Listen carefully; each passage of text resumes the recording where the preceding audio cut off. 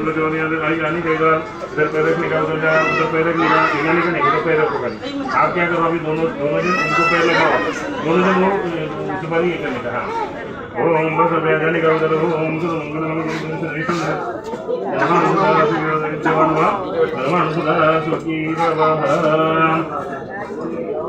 बैठने का अभी उधर इधर बैठो बराबर आप उधर से आगे जाओ अब आगे जाने का बैठने का निकल प्रणाम करके निकाल